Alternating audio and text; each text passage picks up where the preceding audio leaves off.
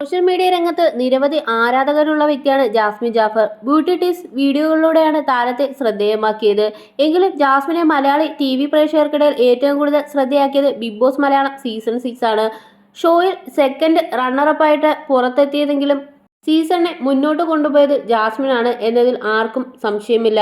താരവുമായി ബന്ധപ്പെട്ട് ഷോയ്ക്കകത്തും പുറത്ത് നിരവധി വിവാദങ്ങളും ഉണ്ടായിട്ടുണ്ട്. ഇതിൽ ജാസ്മിന്റെ വ്യക്തിബന്ധങ്ങൾ വളരെ കടന്നു വരികയും ചെയ്തു. ഗബ്രിയുമായുള്ള കോംബോയാണ് വിമർശനങ്ങൾക്ക് കാരണമായതെങ്കിലും പലപ്പോഴും വിമർശനങ്ങൾ അധിക്ഷേപത്തിലേക്ക് വരെ നീണ്ടു. അതിൽ ഏറ്റവും പ്രധാനപ്പെട്ട ഒരു കാര്യമായിരുന്നു ജാസ്മിനെ വീട്ടിൽ പിതാവ് ജാഫർ വിളിച്ച സംഭവം. ജാസ്മിന്റെ പിതാവ് വിളിച്ച് എന്താണെന്ന് പറഞ്ഞതെന്ന് ഷോയിൽ കാണിച്ചിരുന്നില്ല. പിന്നീട് ആ വീക്കെൻഡിൽ മോഹൻലാലാണ് വന്ന് പറഞ്ഞത് പിതാവിന്റെ അസുഖവിവരമാണ് ജാസ്മിനെ അറിയിച്ചതെന്ന്. ഇത് പുറത്ത് വലിയ രീതിയിലുള്ള ചർച്ചകൾക്ക് വിധേയമായി. ആ കോൾ അസുഖവിവരം പറയാനുള്ളത് ആയിരുന്നില്ല, മറിച്ച് കോംബോ ഗെയിം നെഗറ്റീവായി മാറിയതിനെക്കുറിച്ച് സൂചന നൽകുന്നുവെന്നായിരുന്നു പ്രധാന ആരോപണം.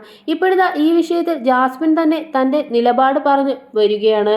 സൈന സൗത്ത് പ്ലസ് എന്ന യൂട്യൂബ് ചാനലിന് അനുവദിച്ച പ്രത്യേക അഭിമുഖത്തിലാണ് താരം സംസാരിക്കുന്നത്. അത്ത വിളിച്ചതൊക്കെ പുറത്ത് വിടില്ലെന്ന് എനിക്ക് അറിയില്ലായിരുന്നു. അതുമാത്രമല്ല, പുറത്തേക്ക് എന്തൊക്കെ കാര്യങ്ങൾ വിടുന്നു എന്തൊക്കെ വിടുന്നില്ല എന്നതൊന്നും എനിക്കറിയില്ല. അത്ത സംസാരിച്ചപ്പോൾ ബ്ലോക്ക് ഉണ്ടെന്ന് പറഞ്ഞു. ഈ ബ്ലോക്ക് ഉണ്ടെന്ന് പറഞ്ഞത് ഉള്ളതാണോ അതോ കള്ളമാണോ എന്ന് തമ്പുരാനറിയാം.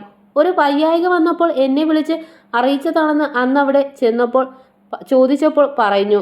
ചിന്നു ഒറ്റയ്ക്ക് നിന്ന് കളിക്കുമോളെ എന്നുള്ള രീതിയിലും പറഞ്ഞിരുന്നു. ആ ചിന്നു വിളിയിൽ ഒരു ഇടർച്ച എനിക്ക് തോന്നി. നമ്മുടെ രക്ഷിതാക്കളെ വർഷങ്ങളായി കാണുന്നവരല്ലേ നമ്മൾ, അതുകൊണ്ട് തന്നെ അവരുടെ ശബ്ദങ്ങളിലെ ഇടർച്ചകൾ നമുക്ക് മനസ്സിലാവുമല്ലോ. ആ സമയത്ത് അകത്തെയും പ്രധാന ചർച്ച എന്ന് പറയുന്നത് ജാസ്മിൻ ഗബ്രി കൂട്ടുകെട്ടായിരുന്നു. ഞങ്ങൾ ഒരുമിച്ച് നിന്ന് കളിച്ചിട്ടുണ്ട്, ഒരുമിച്ച് നിന്നാലേ മുന്നോട്ട് പോകാൻ കഴിയൂ എന്നതാണ് അവിടുത്തെ ഒരു അവസ്ഥ. ആ അവസ്ഥയിൽ ഞങ്ങൾ ഒരുമിച്ച് നിന്നിട്ടുണ്ട്, കൈവിടാൻ സാധിക്കില്ല. എങ്കിലും അത്തയ്ക്ക് ബ്ലോക്ക് ഉണ്ടാകാനുള്ള കാരണം ഞങ്ങളുടെ ഈ കൂട്ടുകെട്ടാണോ എന്ന ചിന്തയും എനിക്കുണ്ടായിരുന്നു. അതുകൊണ്ട് തന്നെ ആ കോളിന് ശേഷം ഗബ്രി അടുത്ത് വരുമ്പോൾ എനിക്കൊരു വെപ്രാളം ഉണ്ടായിരുന്നു. അത് ഞാൻ പറയുകയും ചെയ്തിട്ടുണ്ട്. ഗബ്രിയുടെ അടുത്തുള്ള ഈ ഒരു അകൽച്ച 2 ദിവസം മാത്രമേ ഉണ്ടായിരുന്നുള്ളൂ എന്ന് പറയുന്നവരുമുണ്ട്. 2 ദിവസവും 3 ദിവസവുമൊക്കെ ഞാൻ പ്രാന്ത് പിടിച്ച് നടക്കുകയായിരുന്നു.